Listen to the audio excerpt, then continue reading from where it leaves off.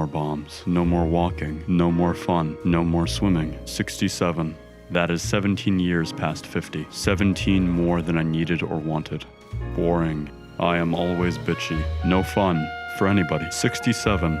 You are getting greedy. Act your old age.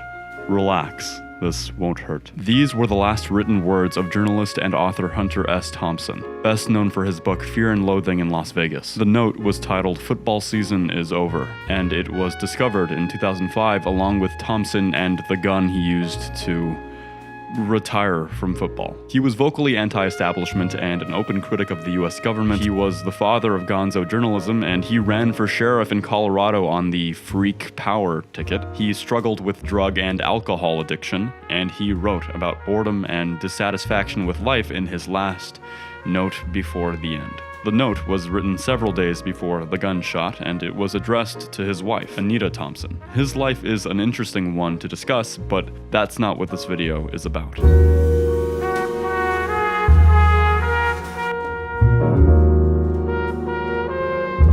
Though it wasn't a written note, a similar sentiment was shared by Winston Churchill in his last words: "I'm bored with it all," capturing his fatigue and perhaps even a sense of completion after a long, eventful life.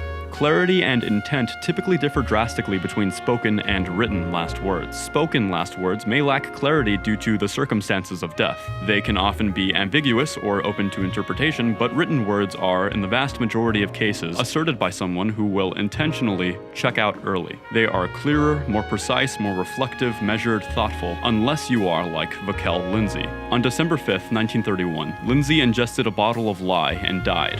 He wrote, "They tried to get me. I got them first." I guess it makes sense with him being a poet, but this can have many interpretations. I got them first. By stating this, Vakel may have been expressing a sense of taking control over his fate. His final act of agency taking that bottle of lye. An act of retaliation against the external forces trying to get him. Whether these destroying forces are societal expectations, critics of his work, or his own mental anguish. There are simpler notes, such as the one left by singer Per Olin in 1991. "Excuse all the blood. Cheers." There are also Mark Rothko's last written words. "I know I have to stop, but I don't know how." Rothko was a surrealist painter turned abstract painter. I've seen his enormous canvases in person, soft edges and layers, producing a striking emotional effect like you're staring into a great void and having it stare back at you. They are often described as deeply emotional and meditative pieces. Number 61, Rust and Blue, was a piece made in 1953, though I saw it in person in 2022 and was stricken with a near hypnotic feeling. The piece is nearly 10 feet tall and 8 feet wide, meaning my vision was nearly swimming in it from where I was standing. I only learned how Rothko died while researching for this video. A short and interesting string of spoken last words that have stuck with me were spoken by Charles II of Spain. He was 38 when he died from hormone complications, though throughout his life he suffered from a range of disorders including developmental delay, intellectual disability, dysarthria, skeletal deformity, recurrent infections, epilepsy, and infertility. It was the 1st of November when the King of Spain gave his last words: "I am nothing." And thereafter he did become nothing, which is what we are all due to become, to return to the state we felt in the billions of years prior to our birth. Nothing. And what of last words given directly in the presence of one's own executioner when the executioner is not oneself? Death row prisoners. Theirs are some of the most well-documented spoken last words, an opportunity for these criminals to go on record one last time before obliteration. In some states, officials set time limits on last speeches, while in others, the condemned can only offer statements in writing. Usually, those regulations are not contested up in court, but in 1999, the American Civil Liberties Union of Ohio filed a suit after prison officials barred the condemned from speaking their last words, telling them to write them down instead so an official could read them aloud after the execution and censor them as they saw fit. The last words of American serial killer Eileen Wuornos were not censored as far as I know. Just before her execution in 2002, she said, and I quote, "I would just like to say I'm sailing with the Rock, and I'll be back, like Independence Day with Jesus. June 6th, like the movie. Big mothership and all, I'll be back, I'll be back." On March 20th, 1995, after not receiving SpaghettiOs as his final meal, Thomas J. Grasso was executed by the state of Oklahoma for the murder of 87-year-old Hilda Johnson. His last words were, "I did not get my SpaghettiOs. I did not get my spaghetti. I want the press to know this." Grover Cleveland had some interesting words to say before he was executed by the state of Illinois. Grover Cleveland Redding, not the president, different guy. Grover Cleveland Redding believed he was the Prince of Abyssinia and was on a mission to bring his people back to the homeland. In 1921, he was executed for starting an anti-government riot in which 2 of his followers were killed. When he was asked for his last words, he said, "I have something to say, but not at this time." We are still waiting to hear what he had to say. There are, of course, the infamous last words of a certain type of criminal, specifically violent offenders with specifically aggressive final send-offs, like John Wayne Gacy's "Kiss My Ass" or Carl Penzram's last words. "Hurry it up, you Hoosier bastard. I could hang a dozen men while you're screwing around." Or the last words of the vampire of Dusseldorf, Peter Curtin. His last words before the guillotine reflected his macabre fascination with death and with violence. "Tell me, after my head has been chopped off, will I still be able to hear, at least for a moment, the sound of my own blood gushing from the stump of my neck? That would be a pleasure to end all pleasures." When scientist Marie Curie died in 1934 due to prolonged exposure to radioactive materials during her research, it wasn't a quick end. The long-term effects of handling radium and polonium without modern safety measures were severe. Curie developed symptoms consistent with chronic radiation exposure, including cataracts and cracked fingers. She was diagnosed with aplastic anemia in 1934, a rare condition in which the bone marrow fails to produce enough blood cells. This illness is strongly linked to radiation exposure. In a letter to her sister, Curie expressed her dedication to science despite the personal costs. "One never notices what has been done. One can only see what remains to be done." Radiation, the killer of Marie Curie, also claimed the life of firefighter Vasily Ignatenko 52 years later. Vasily was one of the first firefighters to respond to the Chernobyl nuclear disaster in 1986, a catastrophic event in which Reactor 4 at the Chernobyl nuclear power plant in Pripyat, Ukraine, exploded, releasing massive amounts of radioactive material into the atmosphere. In the book Voices from Chernobyl, Vasily's wife describes her husband's deteriorating condition and his final days in a Moscow hospital, where he was transferred to after exposure to the exposed core of Reactor 4. This is the quote from Lyudmila Ignatenko. "I ran into him and he opened his eyes. He could no longer speak because he had no mouth." Vasily's story was later adapted into the critically acclaimed HBO miniseries Chernobyl. This scene is a recreation of what Vasily Ignatenko looked like in his final moments.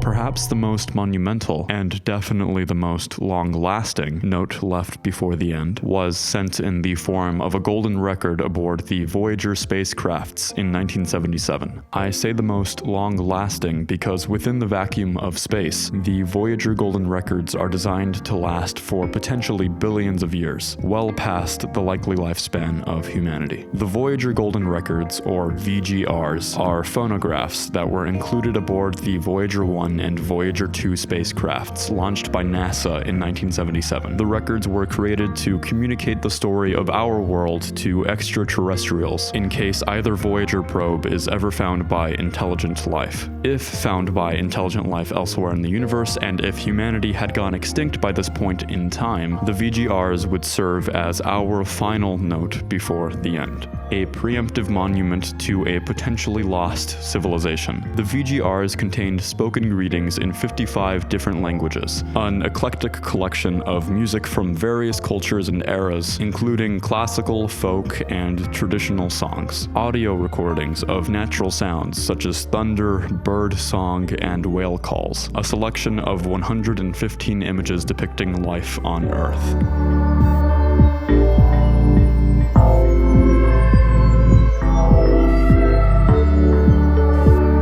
Written messages, notes left from the then US President Jimmy Carter and UN Secretary General Kurt Waldheim. Carter's note reads, "We cast this message into the cosmos. It is likely to be billions of years before it is found and read, but it will be a record of our civilization during the 20th century. We hope someday, having solved the problems we face, to join a community of galactic civilizations. This record represents our hope and our determination, and our goodwill in a vast and awesome universe."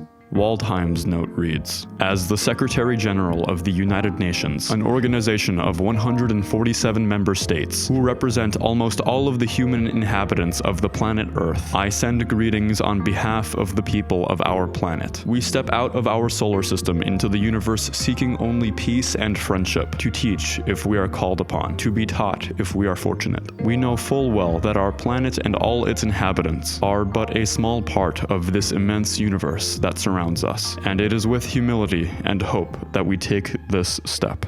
Some individuals, such as those gone missing inexplicably or without a trace, leave no last notes, no final statements before their end. In the US alone, around 90,000 people a year go missing and are never found. Elisa Lamb was not one of those people. You've likely heard of this story before. The mysterious death of Elisa Lamb in 2013 has captivated public attention, largely due to eerie video footage that acts as a haunting last note before her demise. This case stands out not only because of the unexplained circumstances, but also because the available video footage serves as a cryptic and unsettling final record of Lamb's actions and state of mind before her death. In late January 2013, a 21-year-old Canadian student was staying at the Cecil Hotel in Los Angeles. I've also been here in person, eerie and decrepit, and at this point near abandoned. Lamb's last known sighting was on January 31st, captured by a hotel elevator security camera. Thus, and unlike traditional notes or letters left before someone's death, this video footage provides an enigmatic glimpse into Lamb's final moments. It has been interpreted as a visual note, conveying her distress and confusion, leaving more questions than answers about her state of mind and what might have led to her death. 1. We have her behavior in the elevator. Lamb is seen entering and exiting the elevator, pressing multiple buttons, peering out into the hallway, and making unusual hand gestures. At times, she appears to be hiding or trying to evade someone or something not visible in the footage. 2. We have her erratic movements. Lamb's movements are erratic and seem to oscillate between confusion, fear, and distress. This has led to widespread speculation about her mental state and whether she might have been experiencing paranoia, hallucinations, or even interacting with an unseen presence. 3.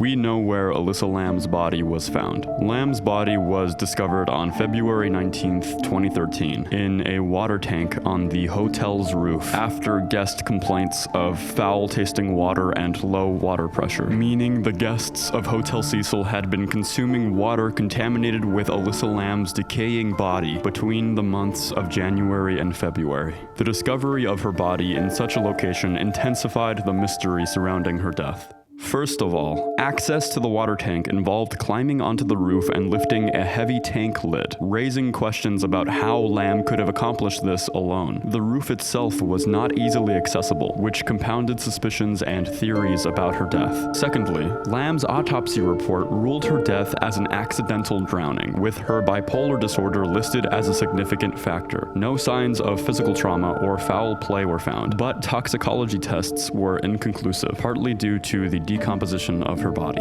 All this evidence leads us to the most likely conclusion. Lamb's erratic behavior in the footage was due to a severe episode related to her bipolar disorder, leading her to inadvertently enter the tank while in a distressed state. While there is also conjecture about whether she was being followed or influenced by someone, no concrete evidence supports this theory. Kevin Carter did not die under mysterious circumstances. We know how he met his end. It was the final note in a long life of bearing witness to things that would break any man if given enough time. The note was left by Pulitzer Prize-winning photojournalist Kevin Carter before taking his own life in 1994, indicative of the horrors he witnessed in his line of work. He was tormented by the scenes of violence and suffering he witnessed. He wrote, "I am haunted by the vivid memories of killings and corpses, and anger and pain, of starving children or wounded children, of trigger-happy madmen, often police, of killer executioners. I have gone to join Ken if I am that lucky. That last line refers to Ken Oosterbrook, a close friend and fellow photojournalist who was killed while covering violence in South Africa. This line indicates Carter's profound grief over Oosterbrook's death and his own sense of hopelessness. The ethical dilemma of a photojournalist to document or to intervene is a profound one. Carter's note reflects the internal conflict and moral burden he felt, torn between capturing the truth and the impulse to help. Carter witnessed the landscape of the darkest aspects of human existence. This turmoil can drive a person to want no longer to exist. Nostradamus, the seer of the Renaissance, reportedly predicted his own death. On the evening of July 1st, which is my birthday, he was alleged to have told his secretary, "You will not find me alive at sunrise." He was right, and in the next morning he was dead. Another famous figure who predicted his own death was John Lennon. The former Beatle was famously assassinated outside his New York apartment, aligning with his own prediction in a 1965 interview, wherein he said, "I'll probably be topped off by some loony," in reference to how he would die. This, of course, turned out to be the case. Lennon was assassinated by a mentally unstable fan, Mark David Chapman, in 1980. As a tribute to John Lennon, David Bowie performed Imagine live at the Coliseum in Hong Kong on the 3rd anniversary of Lennon's death. Bowie and Lennon had collaborated in the past, and the two were good friends. And some people have even suspected that they were more than friends. Either way, you can find that performance here on YouTube. I recommend you do. I co-wrote that song with John Lennon. I asked John one day, "How do you write your songs?" He said, "It's easy, you just say what you mean, you put a backbeat to it." I said, "What do you think of my kind of rock and roll?" He said, "It's great, but it's just rock and roll with lipstick on." David Bowie is another example of a musician who predicted his own death, only this time through the medium of his chosen craft. He did know that he was dying of cancer, and embarked on his final album with this in mind. Bowie's final album, Black Star, released just 2 days before his death, is widely interpreted as a profound and artistic meditation on his own mortality, and a musical note left before the end. The album's titular track, Black Star, is filled with haunting lyrics and complex structure that explores themes of transformation and transcendence. The song hints at Bowie's own death, signifying a rebirth or ascension. Tracks like Lazarus and I Can't Give Everything Away directly comment on his approaching end, and act as a final, poignant farewell. The album as a whole is a powerful final statement from an artist known for constantly reinventing himself. It is one of the most interesting and vivid notes left before the end I have ever taken a look at.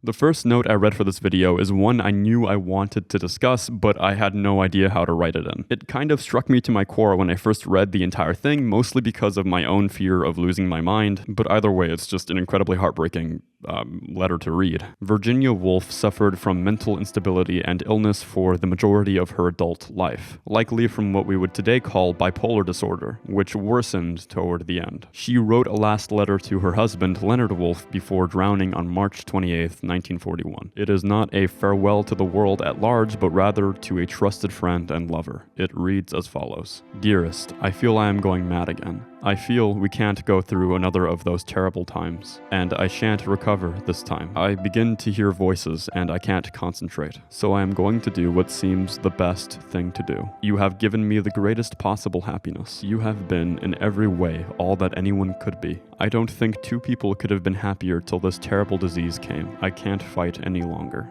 I know that I am spoiling your life, that without me, you could work. You see, I can't even write this properly. I can't read. What I want to say is that I owe all the happiness of my life to you. You have been entirely patient with me and incredibly good. I want to say that. Everybody knows it. If anybody could have saved me, it would have been you. Everything has gone from me but the certainty of your goodness. I can't go on spoiling your life any longer. I don't think two people could have been any happier than we have been.